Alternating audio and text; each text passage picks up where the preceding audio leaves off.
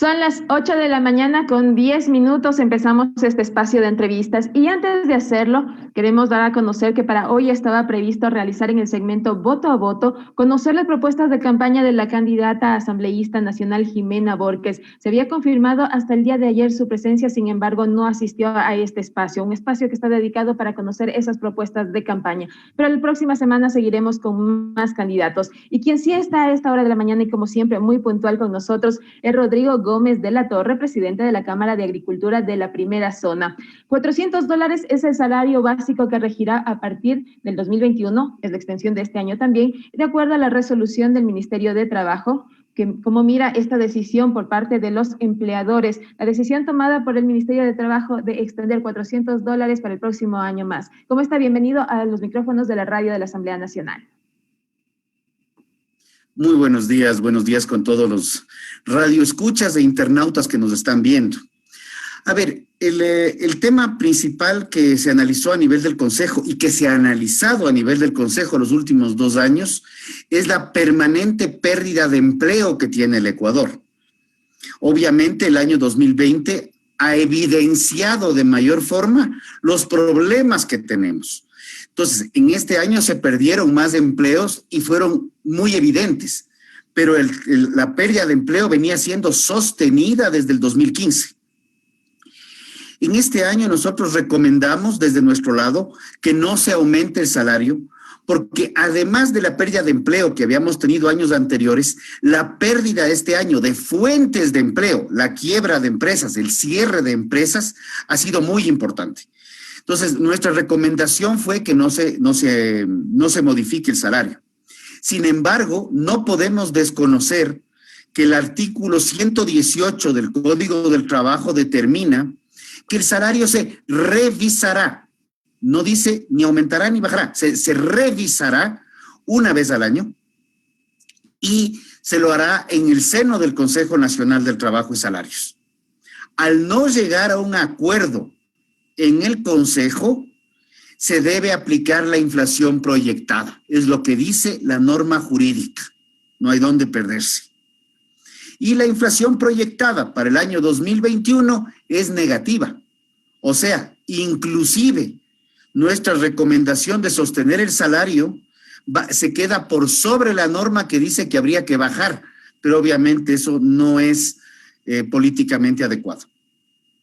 El Ministerio de Trabajo acogió la recomendación que se dio por parte del sector de los empleadores. Mesías Tatamuez la semana pasada nos decía en este espacio informativo que este año no se reunieron las mesas sectoriales que dan las luces para definir el salario básico y que esto también debió desarrollarse e incidir en la decisión del Ministerio de Trabajo. A ver, creo, y me llama la atención, Mesías tiene muy clara la película.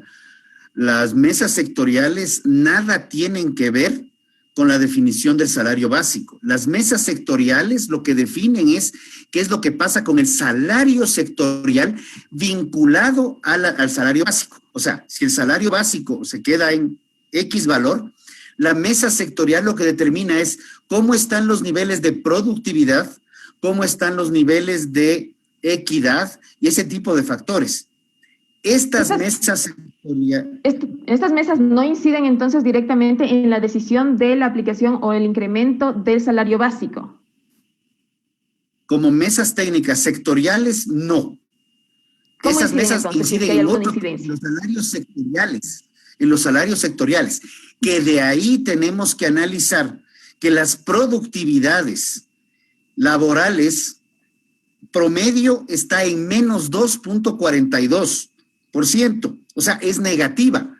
Si aplicásemos las mesas sectoriales, lo que hacemos es, el salario queda en 400, el salario sectorial está en 408, podría moverse hacia arriba o hacia abajo, respetando la base del sector, del general. Pero esos son para cada uno de los sectores. Pero este año también nos hemos dado cuenta que no solamente es un tema de sectores, también es un tema de empresas. Hay empresas que han perdido menos que otras. Hay otras que han cerrado.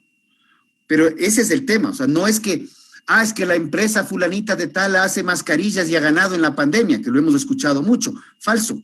esa empresa que está haciendo mascarillas tuvo que hacer un proceso de reconversión interna, dejó de vender sus productos de mayor valor agregado para sostener sus fuentes de empleo.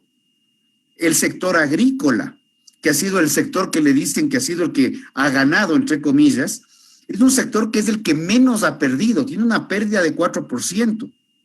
Obviamente vamos a tener que esperar las cifras a final de año, pero la situación que estamos viendo por la contracción del consumo a nivel nacional es preocupante para todo el sector productor agropecuario. Obviamente vamos a escuchar. ¿Cuáles fueron los criterios que de parte de los empresarios, de los empleadores se consideraron para proponer que no solo sea el 2021 que se congele a $400 el salario básico familiar, sino que se extienda hasta el 2023?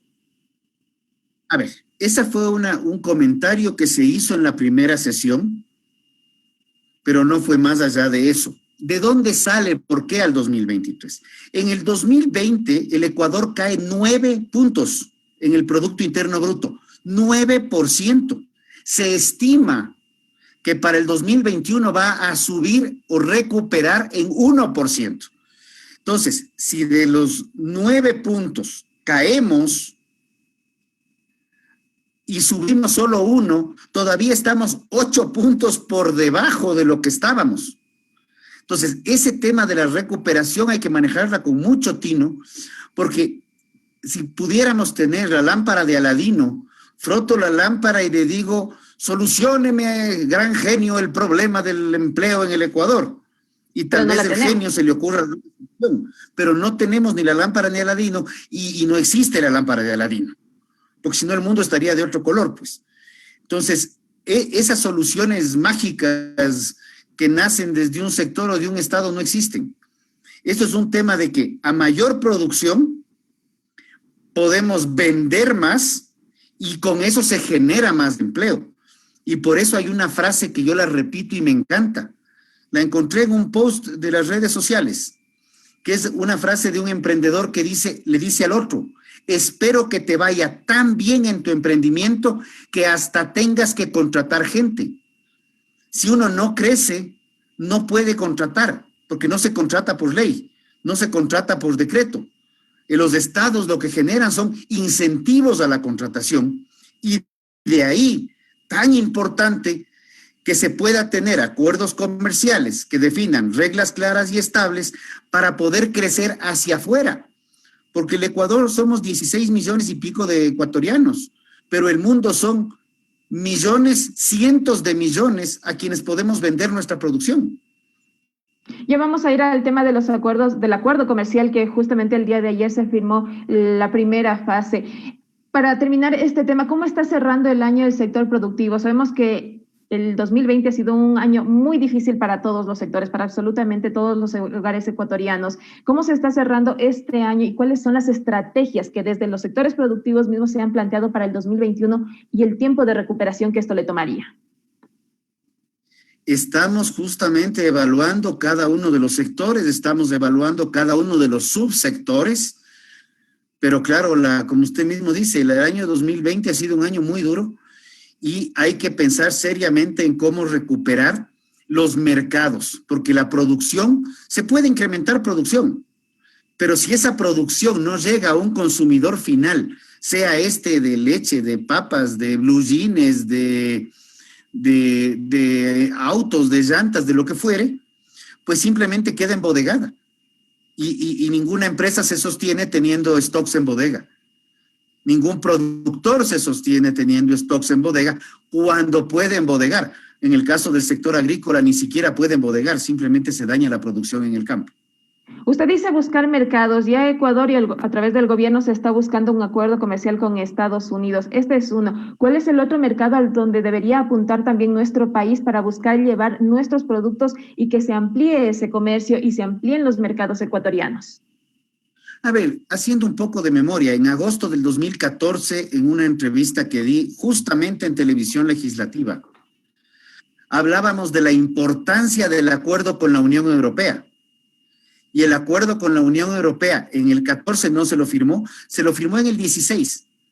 Ese acuerdo ha permitido sostener exportaciones y nos ha permitido reducir aranceles. Entonces, no es solamente un tema de este gobierno. Desde el gobierno pasado se firmó Mercosur, se firmó Unión Europea, ya teníamos firmado la Comunidad Andina de Naciones. En este gobierno se ha seguido avanzando en un proceso porque se ratificó EFTA, que son los otros países de Europa, se ha ratificado Reino Unido, que como se separó de la Unión Europea, había que ratificar, se ha suscrito Chile.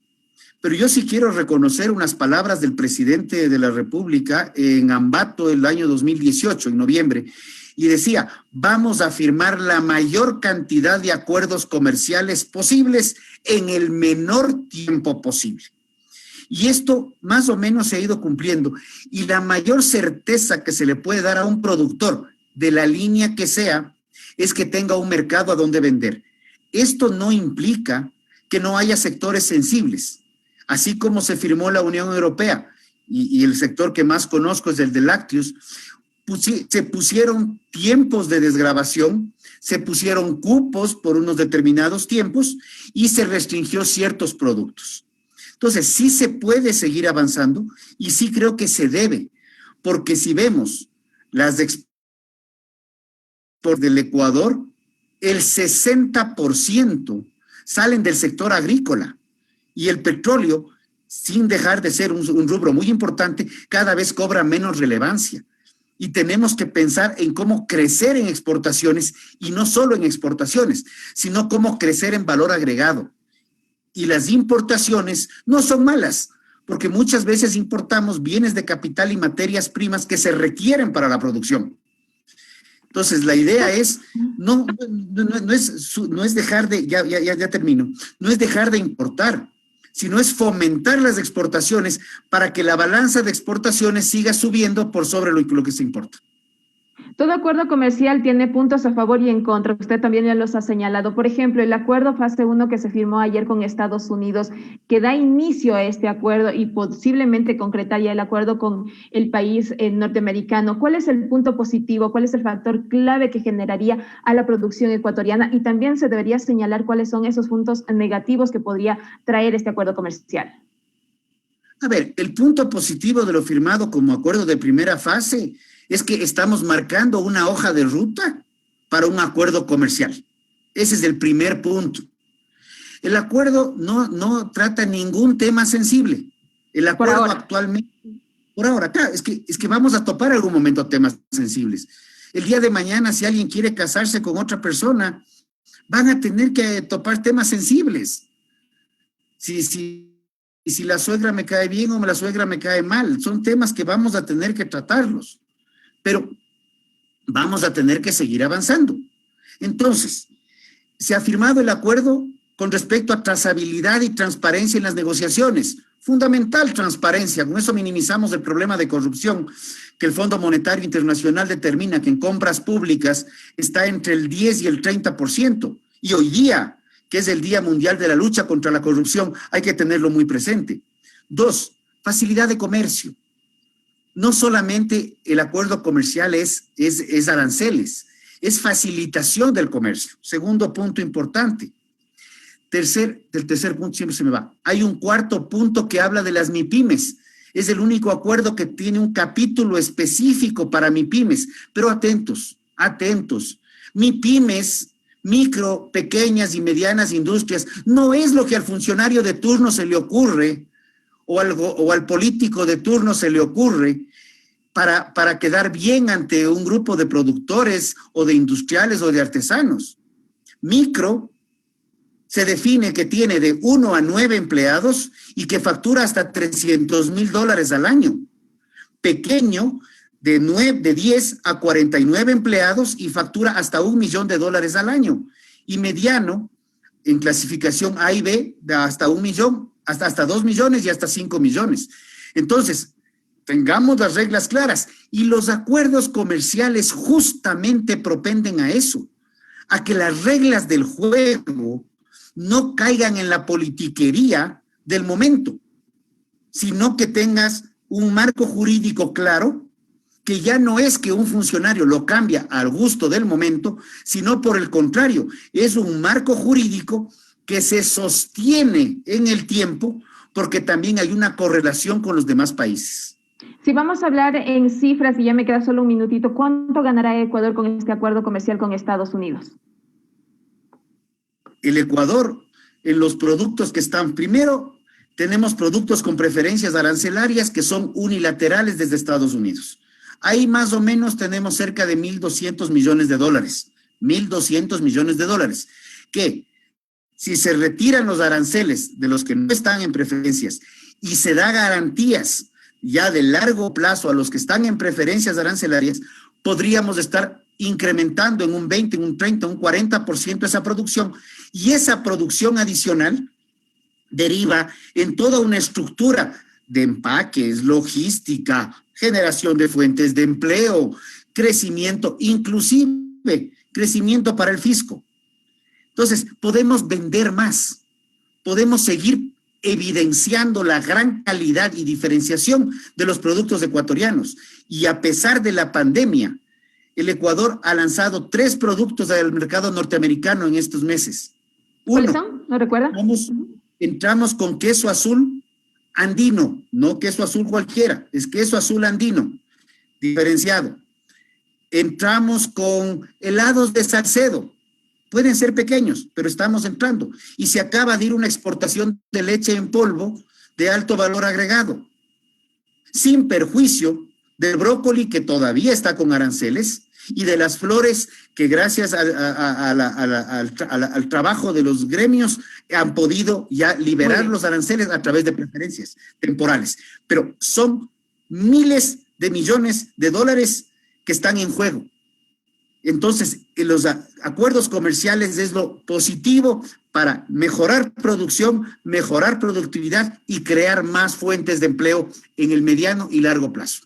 Gracias. Rodrigo Gómez de la Torre, presidente de la Cámara de Agricultura de la Primera Zona, ha estado con nosotros durante estos minutos para darnos la explicación de lo que ha sido, a su criterio, el acuerdo fase 1 que se suscribió ayer entre el gobierno de Ecuador y Estados Unidos, y también acerca de los $400 del salario básico que también regirá para el año 2021. Queremos agradecerle, muchísimas gracias y que tenga un excelente día. De igual manera, un gusto saludarle. Son las 8 de la mañana con 27 minutos. Usted escucha Voces en Acción, la esencia de la información.